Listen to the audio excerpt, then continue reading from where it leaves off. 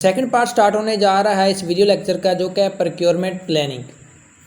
देखिए procurement planning, अगर इनको मैं दो पार्ट में डिवाइड करके आपको समझाने की कोशिश करूँ, प्रोक्योरमेंट का मतलब है परचेज एंड प्लानिंग का मतलब है मनसूबाबंदी। मनसूबाबंदी मीन टू से कि आप एडवांस में सोचते हैं। प्रोक्योरमेंट प्लानिंग से मुराद ये है कि आप एडवांस में सोचते हैं कि जी कमिंग ईयर के अंदर हमें क्या क्या चीज़ें परचेज़ करनी है, यानी डिपार्टमेंट को उस प्रोक्योरिंग एजेंसी की क्या क्या रिक्वायरमेंट्स है for the coming financial period. Within 1 year of the commencement of these rule, इन रूल्स के आगाज़ के 1 साल के अंदर all procuring agency shall devise a mechanism for planning in detail. Devise का मतलब है बनाना, मैकेनिज़्म एक तरीक़ाकार। तमाम जो प्रोक्योरिंग एजेंसीज़ हैं वो उन्हें एक तरीक़ाकार बनाना होगा प्लानिंग के लिए, मनसूबाबंदी के लिए। In detail for all propose procurement, जो भी उनके प्रपोज प्रोक्योरमेंट है। प्रपोज प्रोक्योरमेंट का मतलब क्या है, जो वो प्रोक्योरमेंट इन फ्यूचर करना चाहते हैं with an objective of the realistically determining requirement. और इसका जो मकसद है प्लानिंग का, प्रोक्योरमेंट प्लानिंग का, कि रिक्वायरमेंट प्रोक्योरिंग एजेंसी की मालूम की जा सकें कि प्रोक्योरिंग एजेंसी की क्या क्या रिक्वायरमेंट है for the coming period with in its available resources, delivery time, completion date and benefits that are likely to accrue to the procuring agency in future। और इसके अंदर एक मुकम्मल उन्हें रिपोर्ट तैयार करके देनी होती है कि प्रोक्योरमेंट प्लानिंग से मुराद ये है कि एक मुकम्मल वो रिपोर्ट तैयार करेंगे जिसके अंदर वो बताएंगे कि in the coming financial period वो किस साल के पार्ट के अंदर किस किस्म की और कौन सी प्रोक्योरमेंट करेंगे, और उस प्रोक्योरमेंट के लिए कितने रिसोर्सेज चाहिए होंगे, उसका डिलीवरी टाइम क्या होगा, उसकी कंप्लीशन डेट क्या होनी चाहिए, क्या होगी, और उस प्रोक्योरमेंट के रिज़ल्ट के अंदर जो प्रोक्योरिंग एजेंसी है उसको क्या बेनिफिट हासिल होंगे। लिमिटेशन और splitting and regrouping of propose procurement. Limitation का मतलब होता है हद लगा देना, किसी चीज़ के ऊपर पाबंदी लगा देना। लिमिटेशन ऑन स्प्लिटिंग, स्प्लिट का मतलब होता है तोड़ना, एंड यहाँ पे स्प्लिटिंग का मतलब ये है कि जो प्रपोज प्रोक्योरमेंट है, जो आप इन एडवांस प्रपोज कर चुके हैं कि in the coming financial period हम ये चीज़ें परचेज़ करेंगे, ये इस किस्म की हमने प्रोक्योरमेंट करनी है, उसके अंदर आप कोई तब्दीली नहीं कर सकते, इसके ऊपर लिमिटेशन है। और रीग्रुपिंग यानी उसको आगे पीछे भी नहीं कर सकते, आप ऐसा भी नहीं कर सकते जो प्रोक्योरमेंट पहले करनी है वो बाद में करें और जो बाद में करनी है वो पहले करें। With prior approval of the federal government, a procuring agency shall announce in an appropriate manner all proposed procurement for each financial year। Federal government के अप्रूवल के यानी पेपरा अथॉरिटी के अप्रूवल के बाद जो प्रोक्योरिंग एजेंसी है, जो गवर्नमेंट का डिपार्टमेंट है, जो चीज़ों को प्रोक्योर करने जा रहा है, उन्हें अपने पूरे साल का जो प्रपोज प्रोक्योरमेंट्स है फॉर ईच फाइनेंशियल ईयर उनको एक मुनासिब तरीके के साथ उन्होंने अनाउंस करना होता है। And shall proceed accordingly without splitting और regrouping of the procurements of land. और उसी जो उन्होंने प्रपोज की है प्रोक्योरमेंट, जो उन्होंने प्रोक्योरमेंट प्लानिंग की है, उसी साल की जो प्रोक्योरमेंट्स हैं उन्हें उसी हिसाब से करनी पड़ती है। इसके अंदर रीग्रुपिंग वो नहीं कर सकते और स्प्लिटिंग वो नहीं कर सके। Annual requirement does determine would be advertised in advance on authority website.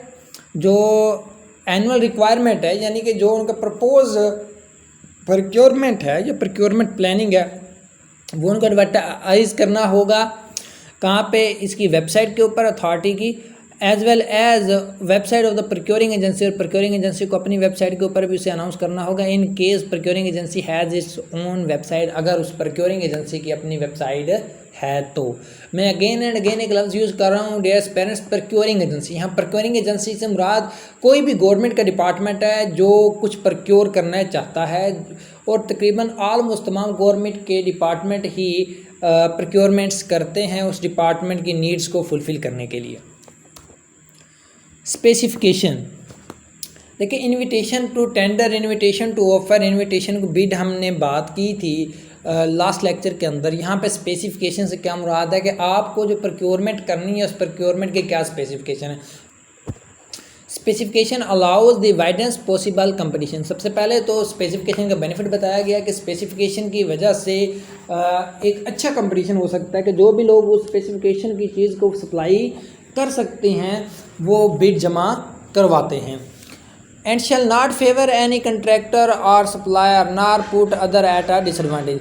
और सेकंड जो इम्पोर्टेंट बात है कि स्पेसिफिकेशन मेंशन करते वक्त डिपार्टमेंट ने फेवरिज्म या बाइसनेस से काम नहीं लेना।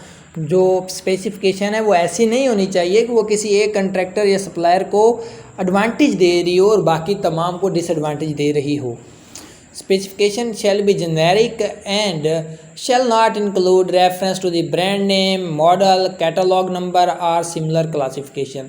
और स्पेसिफिकेशन के अंदर brand name, model number, catalogue number और सिमिलर क्लासिफिकेशन शामिल नहीं होने चाहिए। आप एडवर्टाइजमेंट के अंदर ये मेंशन नहीं कर सकते कि जी हमें बॉस की चेयर्स चाहिए, तो ब्रांड कोई भी आप रेफ़र नहीं कर सकते। हाउएवर इस्तिस्ना भी हासिल है। However if procuring agency is convinced that use of reference to a brand name और catalogue number is essential to complete an otherwise incomplete specification, के स्पेसिफिकेशन को कंप्लीट करने के लिए अगर प्रोक्योरिंग एजेंसी इस बात को कंसीडर करती है, समझती है कि किसी ब्रांड का रेफरेंस देना या किसी कैटलॉग नंबर का रेफरेंस देना ज़रूरी है, तो सच यूज़ और रेफरेंस शैल बी क्वालिफाइड, तो वो रेफरेंस दे सकते हैं with the words are equivalent. अब वो वर्ड्स या इक्विवेलेंट के ज़रिए, अल्फाज के ज़रिए तो रेफरेंस दे सकते हैं, लेकिन वो उस ब्रांड का मोनोग्राम, पिक्चर, स्लोगन यूज़ नहीं कर सकते। नेक्स्ट है अप्रूवल मैकेनिज़्म। देखें कि अप्रूवल अथॉरिटी से किस तरह लिया जाता है किसी भी प्रोक्योरमेंट का। पहली बात तो ये है कि पेपरा ने जो प्रोक्योरिंग एजेंसी हैं उनको अथोराइजेशन दी है टू अ लिमिटेशन कि वो किस किस किस्म की प्रोक्योरमेंट कर सकते हैं।